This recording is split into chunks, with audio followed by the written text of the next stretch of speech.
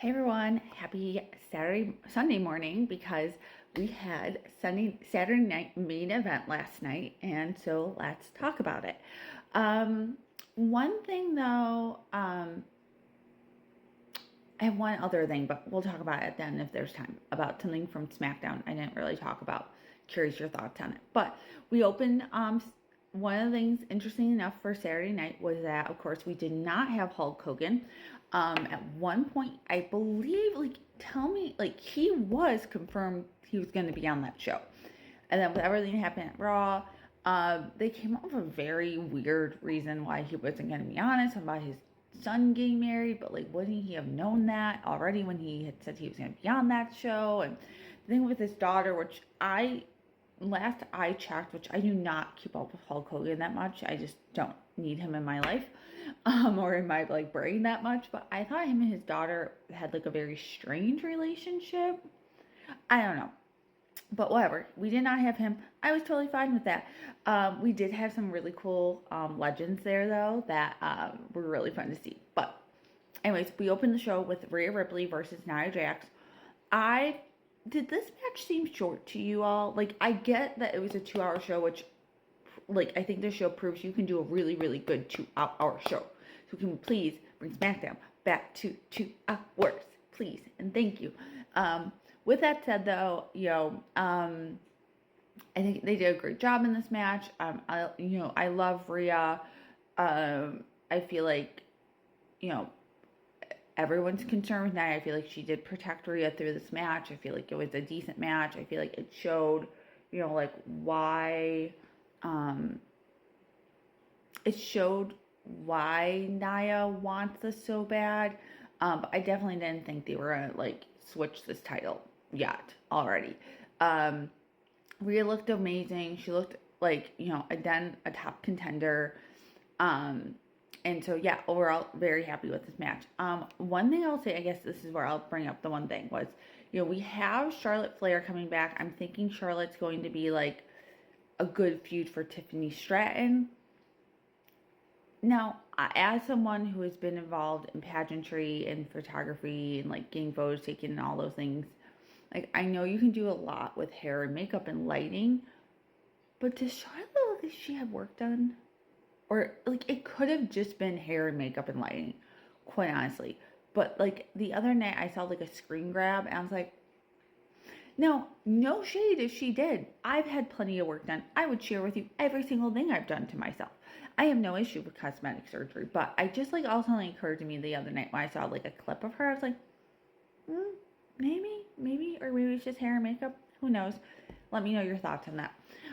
Moving on, I very much liked the whole thing with Shawn Michaels, KO, Cody. I thought they did really well there. I don't know if that needed to be on this show, but it got Shawn Michaels out there in his hometown, which I think everyone wanted, and I enjoyed it. I enjoyed Cody's intensity in that whole segment. So that will be a good match. I'm very excited to see it at the Royal Rumble, along with the Royal Rumble matches, of course. Then I wanted to talk about the the Intercontinental match. Was the low point of the show for me personally, and I like Sheamus, and I think they did a good job once again of making us believe Sheamus could win that, but doesn't. Come so close, but just can't finish the deal. And Braun Breaker's great, but of all the matches, I think that was the one I'm looking back on it was good. Held up a spot. I was very excited about the Braun Strowman and Jacob Fatu match because they on SmackDown they built it up so well. I was very excited about that match. With that said, I liked how they did the finish. I know a lot of people don't like it when it ends in a DQ, but I personally liked it because I think it protected both of them and what they're trying to create with both of them. I think it's going to lead to another match. I love the after. I loved how Tama Tonga is the kind of the guy who finally gets Jacob Fatu. He's the only one who can control Jacob Fatu a little bit. My husband didn't make the point though while we're watching it. Where's Solo? What happened with him? I'm kind of just walked off and disappeared. I don't know. Where? So maybe we'll get answers to that question soon. With that, the main event, the big match of the night, which of course was for the World Championship, Jey Uso versus Gunther. As much as I am of the camp that I am sick of Gunther being champion already. I just feel like he does nothing for me, quite honestly. I didn't think he was going to lose his title at this match, but then when everyone else retained, I'm kind of like, maybe. Well, nope. He kept his title. I think Jay looked better in this match than I think his work has looked in a lot of matches. I loved his entrance with the little boy. Oh my god, did my heart good. Like, just did my heart good. Loved it. So overall, I really liked it. Okay, some of the legends, I still love seeing Jesse Ventura, even though sometimes I feel like Jesse's like on his own trajectory or like what he wants to talk about, and I feel like sometimes Michael Cole and Pat McAfee are like, okay, let's try and make this work into what we're trying to, the story we're telling with the Intercontinental match when he was on commentary. But I liked the mention of Mean Gene because I did love Mean Gene growing up. Loved seeing Lillian, of course. I love how they always refer to her as like a legendary ring announcer because she is. I did love for the championships how they had the old school mic come down on the ground. I don't know why there were two mics though. That was a little weird to me. I think it could have just been one, but that's just a visual that annoyed me personally. But all that said, I loved those little like harkening backs to different eras. And then I loved seeing the $1 Million Man. Like, and my husband's like, who is that? I'm like, money, money, money, money, money.